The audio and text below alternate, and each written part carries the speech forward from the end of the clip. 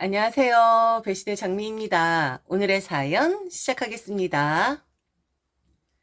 결혼은 쉽지 않았습니다.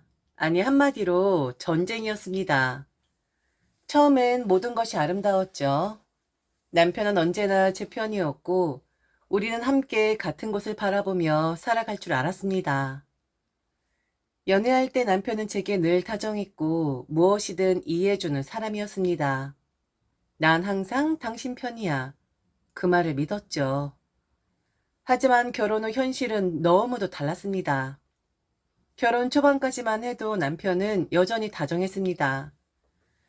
힘든 시댁 행사나 명절이 있을 때면 저를 챙겨주었고, 시어머니가 잔소리를 하면 조용히 제 손을 잡아주며 위로해 주었습니다.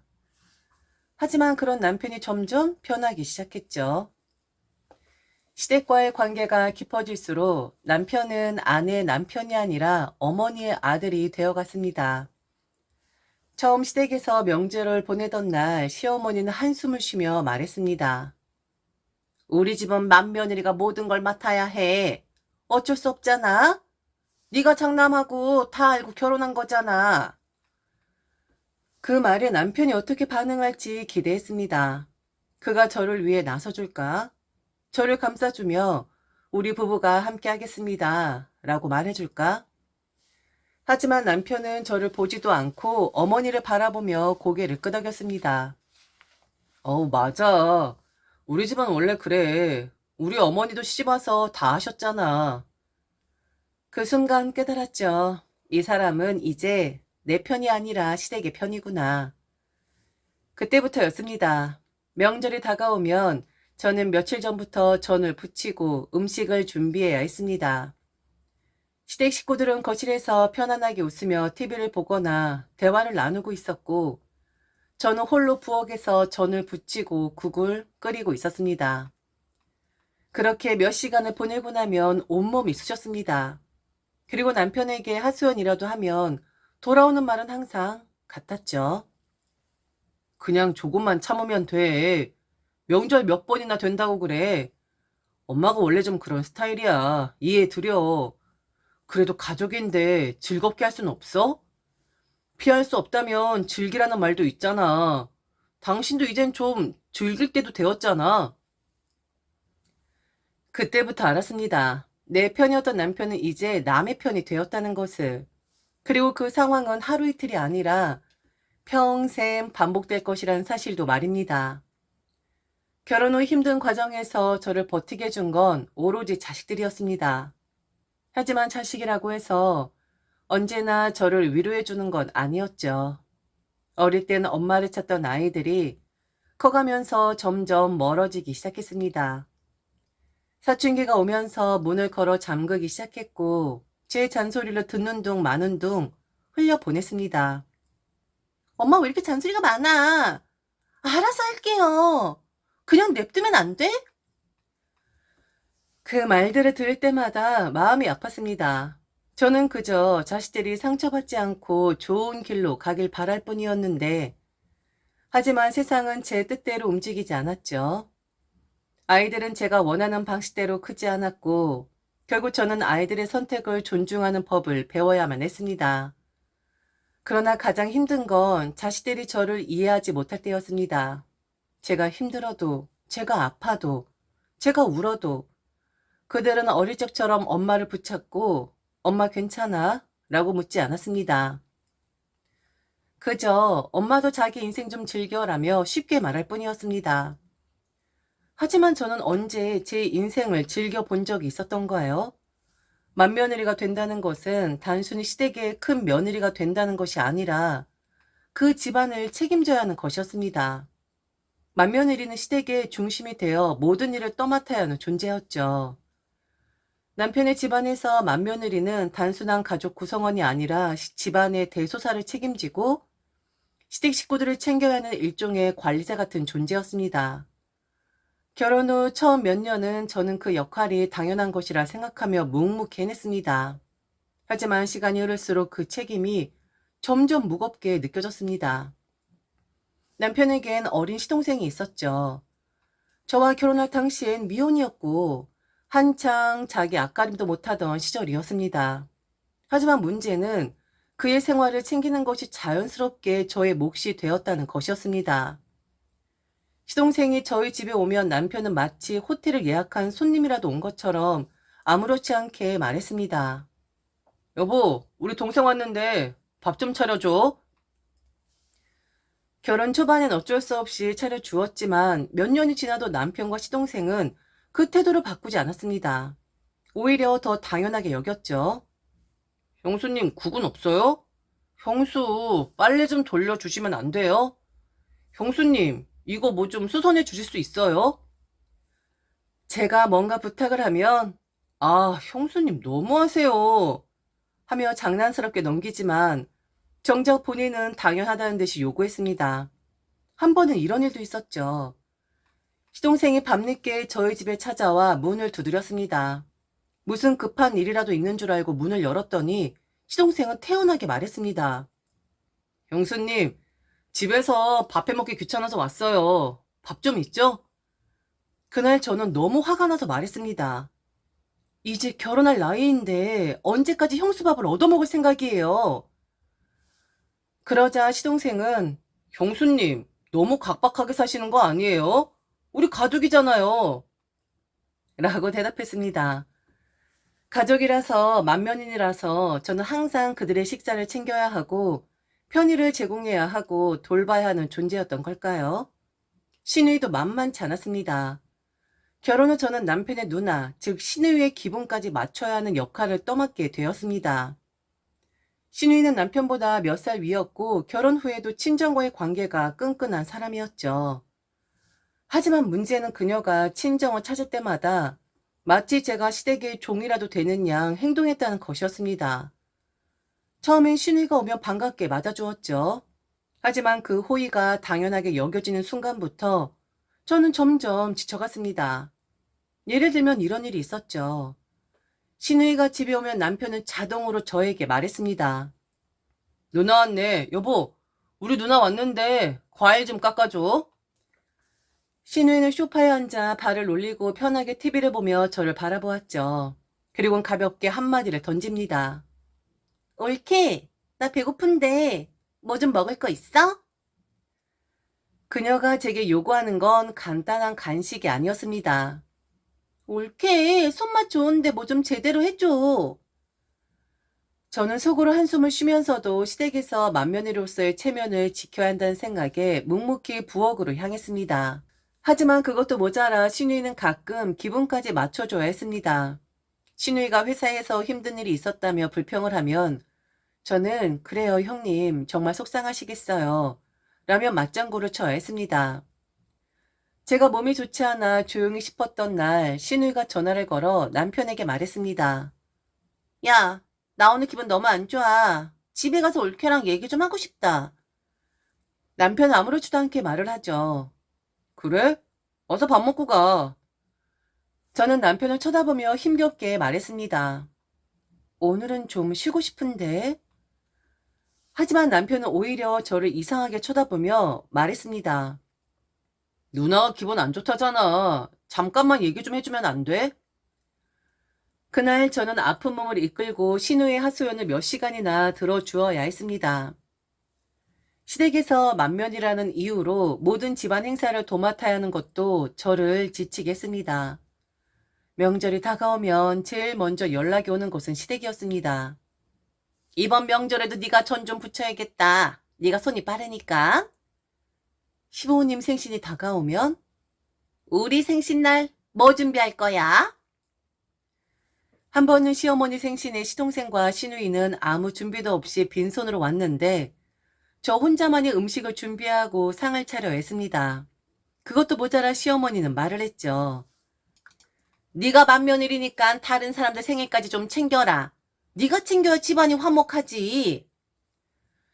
그 말을 듣는 순간 저는 순간적으로 나는 도대체 뭐지? 라는 생각이 들었습니다. 맏며느리라는 이름으로 얼마나 더 희생해야 할까. 결혼 후 저는 늘 맏며느리라는 이유로 시동생을 챙기고 시누이의 기분을 맞추고 시댁의 대소사를 책임지는 역할을 떠맡아야 했습니다. 하지만 제게는 그저 당연한 일처럼 강요될 뿐 누구도 제 수고를 인정하지 않았습니다. 남편은 늘 우리 집은 원래 그래 라고 말했고, 시댁 식구들은 맏며느리는 이런 걸 해야 한다고 당연하다는 듯 말했습니다. 이젠 묻고 싶습니다.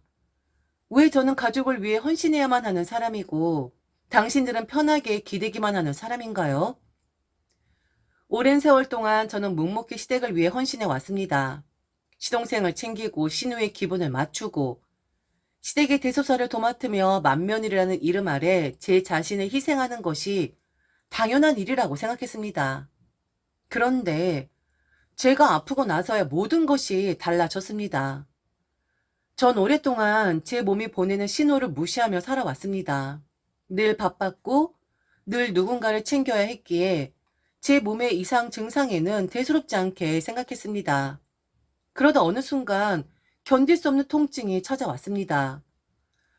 사실 지금 생각해보면 제 몸은 오래전부터 경고를 보내고 있었습니다.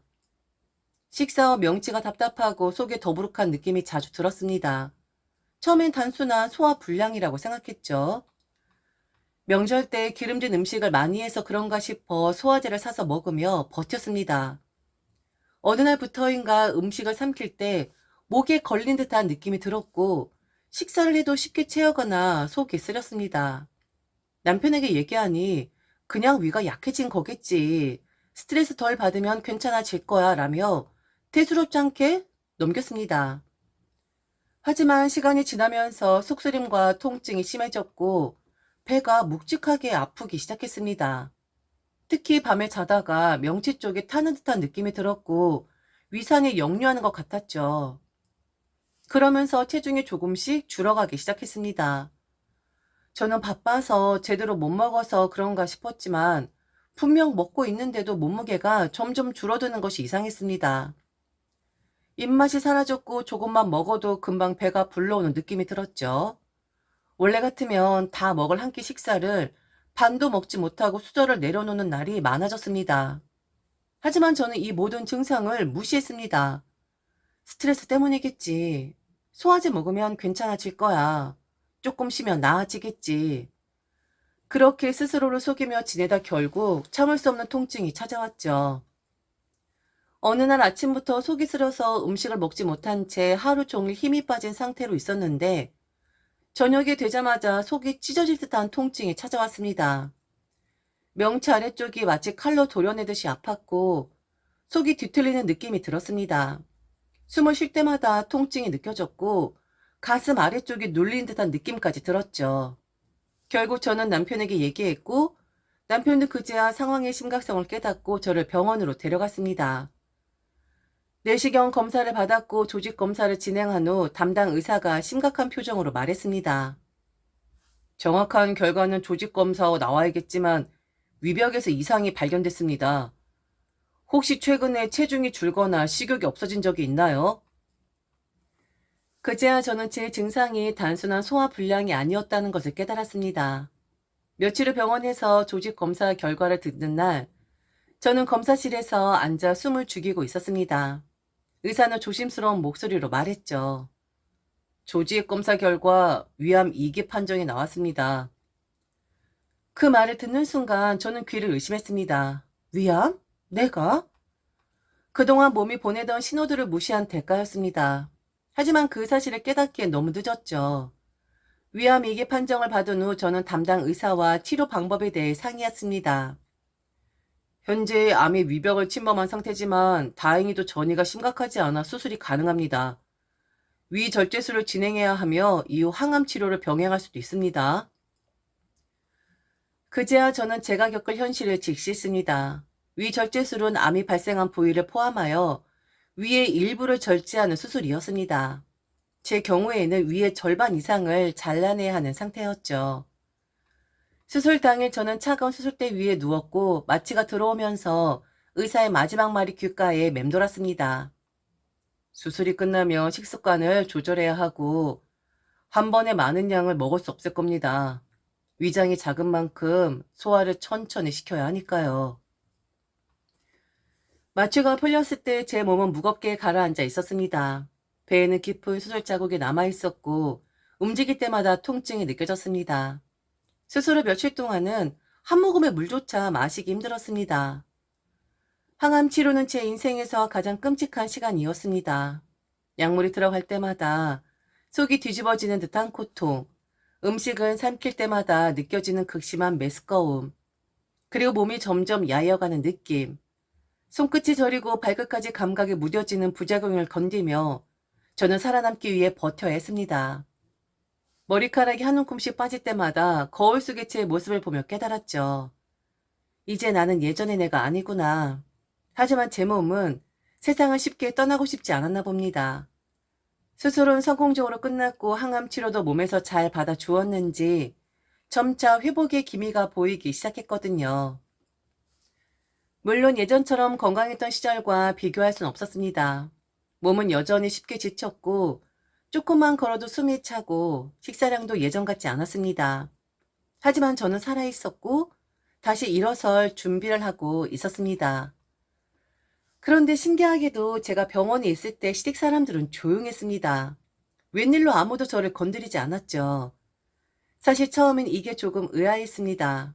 항상 저를 부려먹던 시어머니와 시댁 식구들이었는데 제 병이 심각해지자 갑자기 저를 함부로 대하지 않았습니다. 그래도 가족이구나. 가끔은 그런 생각이 들었죠.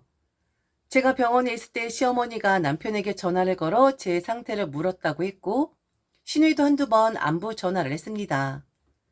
시동생 역시 문자를 남기며 형수님 힘내세요라고 했죠. 그동안 저를 당연한 존재처럼 여기던 사람들의 태도가 변한 것 같아 어쩌면 이 일로 가족들이 나를 다시 생각하게 된 건 아닐까 하는 기대를 했습니다. 그렇게 시간이 흘러 저는 병원 생활을 마치고 집으로 돌아왔죠. 남편은 예전보다 조심스러운 태도로 저를 대했습니다. 저를 힘들게 했던 남편이지만 제가 병원에 있는 동안 그래도 신경을 써준 것 같았습니다. 그리고 어느 날 남편이 조용히 제 손을 잡으며 물었습니다. 몸 상태는 어때? 그 물음에 저는 조금 망설였습니다. 사실 몸이 완전 회복된 건 아니었습니다. 조금만 걸어도 숨이 찼고 체력은 바닥이었으며 작은 집안일을 하려고 해도 몸이 따라주지 않았거든요. 하지만 저는 그렇게까지 솔직하게 말하고 싶지 않았습니다. 남편의 걱정 어린 눈빛을 보며 저는 괜히 안심을 주고 싶어졌습니다. 지금 당장 달리기 하고 싶을 정도로 많이 나아진 것 같아. 남편은 그 말을 듣고 안도한 듯 미소를 지었죠. 사실 그럴 몸 상태가 아니었습니다. 하지만 저는 그 순간만큼은 남편이 걱정을 덜 하도록 해주고 싶었습니다. 그리고 저는 정말로 그렇게 믿고 싶었습니다. 이제부턴 모든 것이 괜찮아질 거라고. 하지만 그건 제 착각이었습니다. 그저 저는 도저히 믿을 수 없는 말을 듣게 되었거든요. 오전 느긋하게 차를 한 잔 마시며 창밖을 보고 있을 때였습니다. 남편이 출근한 사이 제 휴대폰이 울렸습니다. 화면에 뜬 이름을 보는 순간 불길한 예감이 들었죠. 시어머니. 제 손이 저절로 주먹을 쥐었습니다. 아프던 동안 한 번도 먼저 전화하지 않았던 사람이 이제 와서 갑자기 무슨 일일까? 일부러 전화를 받지 않을까 하다가 괜히 더 귀찮아질 것 같아 결국 전화를 받았습니다. 어머니, 안녕하세요. 저는 일부러 목소리를 차분하게 냈습니다. 그런데 전화기 너머로 들려오는 목소리는 전혀 안부를 묻는 분위기가 아니었습니다. 그래, 몸 좀 나아졌니? 시어머니는 단도직입적으로 물었습니다. 뭔가 꿍꿍이가 있는 목소리였죠. 네, 조금씩 회복 중이에요. 그래? 하긴 네 남편이 그러더라. 네가 막 달리기도 할 수 있을 것 같다고 했다며? 제 숨이 턱 막혔습니다. 아, 남편이 말한 거구나. 그때 저는 어려움풋이 깨달았습니다. 오늘 이 전화가 단순한 안부 전화가 아니라는 것을. 그리고 제 예감은 틀리지 않았습니다. 그럼 잘 됐네. 딱 적당한 타이밍에 나왔구나. 아주 잘 됐어. 내가 지금 갈 테니까 기다려라. 알았지? 시어머니 목소리는 이미 확신에 찬 뻔뻔함으로 가득 차 있었습니다. 30분 뒤쯤 저와 시어머니는 한 거실에 앉아있게 되었죠. 그냥 바로 본론을 말씀하시더군요. 마침 이번 주 주말이 네 시동생 생일이잖아. 생일상 좀 차려줘라. 네? 네가 이번에 아프면서 우리 집이 아주 엉망이 됐다니까. 네가 그동안 시댁을 너무 안 챙기다 보니 다 흐트러져 버렸어. 이젠 좀 제대로 잡아야 하지 않겠니? 저는 아무 말도 하지 못했습니다. 시댁이 엉망이 된 게 내 탓이라니? 몸이 나았으면 미리 말을 해야지. 왜 이제 알게 만들어? 네가 그동안 너무 죽는 소리를 한 거 아니야? 죽는 소리요? 제가 죽는 소리를 했다고요? 제가 암수술을 받고 항암 치료를 받는 동안 힘들어서 제대로 먹지도 못하고 머리카락이 빠지는 걸 보며 좌절했던 그 순간들이 그게 단순히 죽는 소리였던 건가요? 저는 입을 열기조차 힘들었습니다. 어머니, 저 진짜 많이 힘들었어요. 항암 치료까지 받았고. 아이고, 이제 다 지난 일이잖아. 지금 네가 아픈 것도 아니고. 앞으로 건강 잘 챙기면 되지. 암 걸린 사람들 다 그렇게 살아. 내가 이 집안에서 이 가족들에게 대체 어떤 존재였을까? 아플 땐 다들 조용하더니 내가 좀 나아지자마자 다시 예전처럼 일할 사람으로 복귀시키려 하는 이 상황. 이 사람들에게 저는 대체 뭐였던 걸까? 시어머니는 한숨을 푹 내쉬더니 이런 말까지 덧붙였습니다. 내가 지금 10만 원 보낼게. 많이 보태지 못하고 이 정도면 되지? 아들이 너 아프다고 해서 용돈도 줄였어. 내가 요즘 주머니가 말라버렸다. 그걸로 장 봐서 생일 3종 차려줘. 이번에 여자친구도 생일날 온다더라. 아, 너도 아는 사람이야. 알지? 그 의사 선생님. 네? 그래, 네 시동생 여자친구가 그 병원 의사 선생님이라잖아. 그때 네 수술했던 병원 말이야. 네가 입원했을 때 한 번 본 적 있을걸? 저는 순식간에 모든 상황이 이해되었습니다. 시동생이 교제 중인 여자가 제가 입원했던 병원의 의사라는 것, 그리고 그 여자친구 앞에서 시동생이 얼마나 사랑받는 존재인지를 보여주고 싶다는 것. 시어머니는 그 말을 하면서 음흉한 웃음을 지으며 말했습니다. 이럴 때 우리 집안의 화목함을 보여줘야지. 그래야 그쪽에서 시동생을 더 귀하게 보지 않겠어? 의사한테 밑보이면 안 되잖니. 너도 좀 신경 써서 멋지게 차려봐. 시어머니에게 저는 그저 부엌에서 일하는 사람이었습니다. 제가 아픈 동안에는 잠시 쓸 수 없는 노동력이었을 뿐이고 이제 몸이 나았으니 다시 써먹을 생각이었던 겁니다. 그것도 단순한 가족 행사도 아니고 시동생 여자친구에게 우리 집안의 품격을 보여주기 위해서 다시 말해 저는 이 집안의 이미지 관리 도구일 뿐이었습니다. 그러니까 10만 원 줄 테니까 시장 잘 봐서 깔끔하게 차려봐.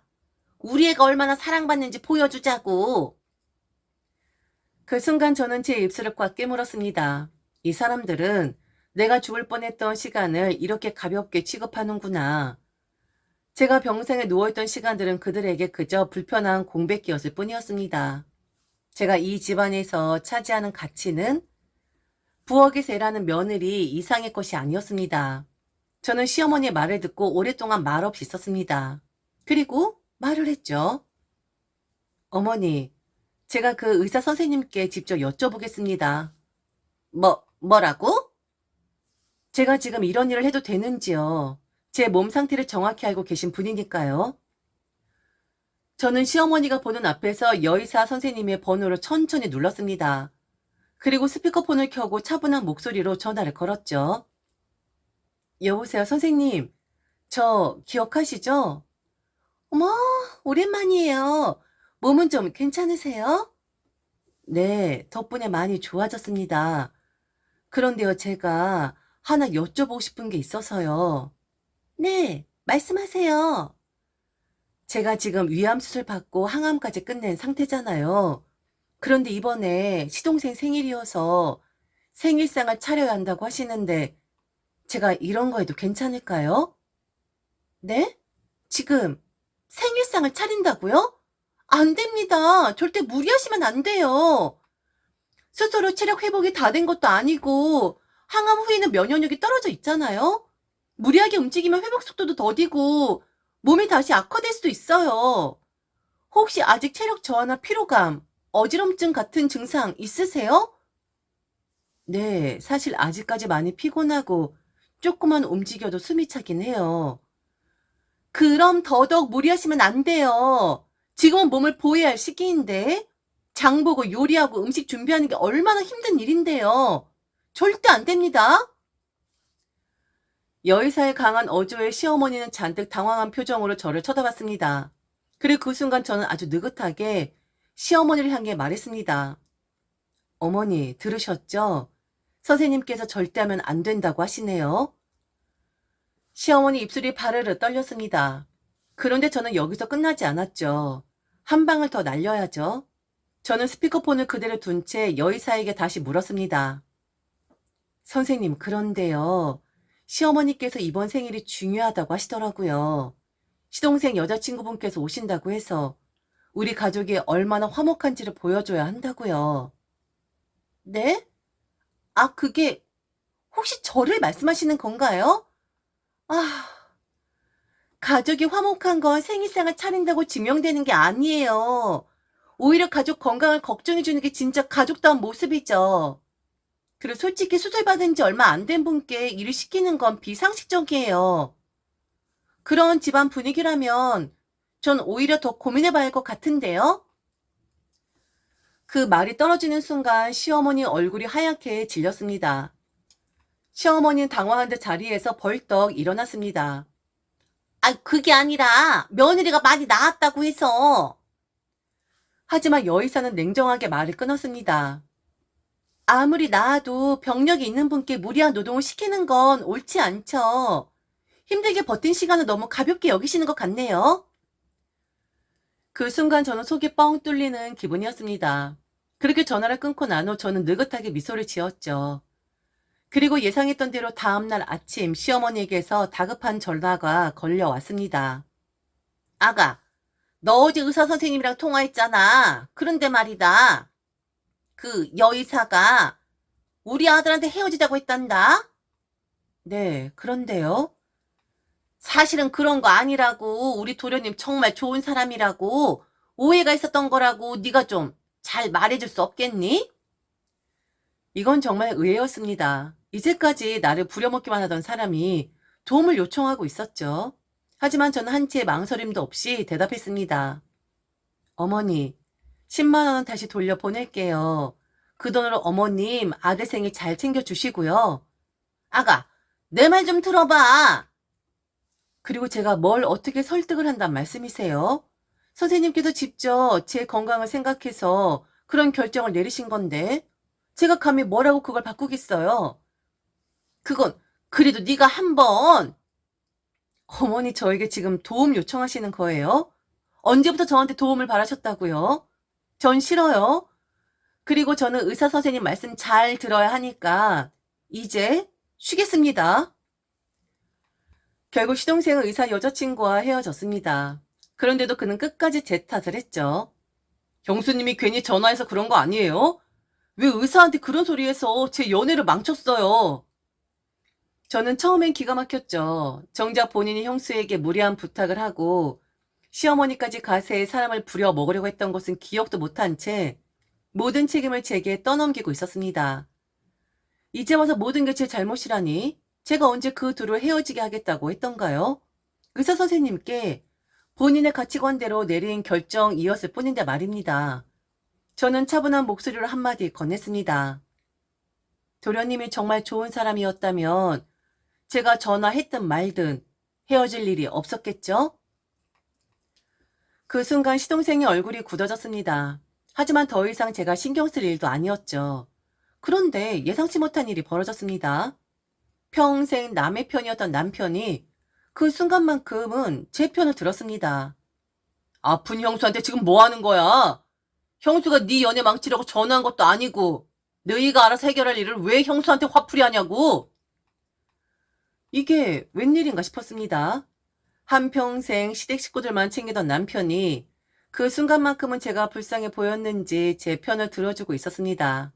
물론 한순간의 감정일 수도 있고 이후에도 계속 제 편을 들어줄 거라고 기대하진 않았습니다. 하지만 적어도 그날만큼은 억울하게 당하지 않도록 막아주었다는 사실이 신기하기도 했습니다. 저는 지금 제 몸을 회복하는 데 모든 힘을 쏟고 있습니다. 몸이 나아지고 있는 것 같으면서도 속에선 또 다른 병이 자라는 느낌이 들었습니다. 화병이 아닐까 싶었습니다. 그동안 참고 또 참으며 살아왔던 것들이 한꺼번에 터지면서 제 몸과 마음이 그동안 쌓인 스트레스를 이겨내느라 더 지쳐있는 것 같았습니다. 그래서 이제는 참지 않고 말하면서 살기로 했습니다. 제가 힘들면 힘들다고 말하고, 억울하면 억울하다고 말하고, 부당하면 부당하다고 말하기로 했습니다. 그게 더 나았습니다.